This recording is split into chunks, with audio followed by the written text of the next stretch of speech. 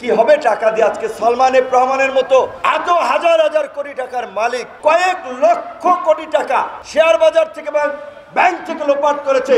শেষ পর্যন্ত সেই সালমান এফ রহমান দাড়ি কামিয়ে চুলে রং দিয়ে লুঙ্গি পরে সদরঘাটের লেবার সেজেও কিন্তু রক্ষা পান নাই। প্রমাণ পায় নাই, দুর্দান্ত প্রতাপশালী আইনমন্ত্রী পায় নাই, ডিজিটাল ক্র্যাকডাউন চালানো জুনায়েদ আহমেদ পলকরা পায় নাই, কেউ রেহাই পাবে না। যে যেই গর্তে লুকিয়ে থাকেন সবাইকে গর্ত থেকে বের করা হবে। স্বরাষ্ট্র উপদেষ্টার সাথে আমরা পরিষ্কারভাবেই বলেছি, কাওয়া কাদের থেকে শুরু করে আওয়ামী লীগের এমপি মন্ত্রী, বিভিন্ন জেলা উপজেলার সভাপতি সেক্রেটারি সহ দায়িত্বশীল নেতৃবৃন্দ যারা এই সন্ত্রাসী কর্মকাণ্ড করেছে, ভোট ডাকাতি থেকে শুরু করে অর্থ পাচার, লুটপাট এবং জনগণের উপরে নির্যাতন নিপীড়ন করেছে, তালিকা করে তাদেরকে গ্রেপ্তার করতে হবে। শিক্ষিত ছাত্র যুবক তরুণ বন্ধুরা বক্তব্য দিচ্ছেন, টকশো করছেন, অনেক কথা বলছেন। কিছু কথা আপনাদেরকে একটু ওই কথার গ্রাউন্ড বুঝতে হবে এবং সেই অনুযায়ী কথা বলতে হবে। এই যে সালমান এফ রহমান কিংবা আনিসুল হকদেরকে গ্রেপ্তার করা হচ্ছে, ধানমন্ডি একটি হত্যাকাণ্ড।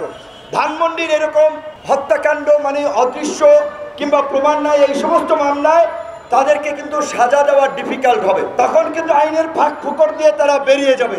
কাজেই গত সরকার যেটা করেছিল, গায়েবী মামলা, ভিত্তিহীন মামলা নয়, সুস্পষ্ট তথ্য প্রমাণ এবং অভিযোগের ভিত্তিতেই যেন তাদের বিরুদ্ধে মামলা দেওয়া হয়, আমরা সেই আহ্বান জানাচ্ছি।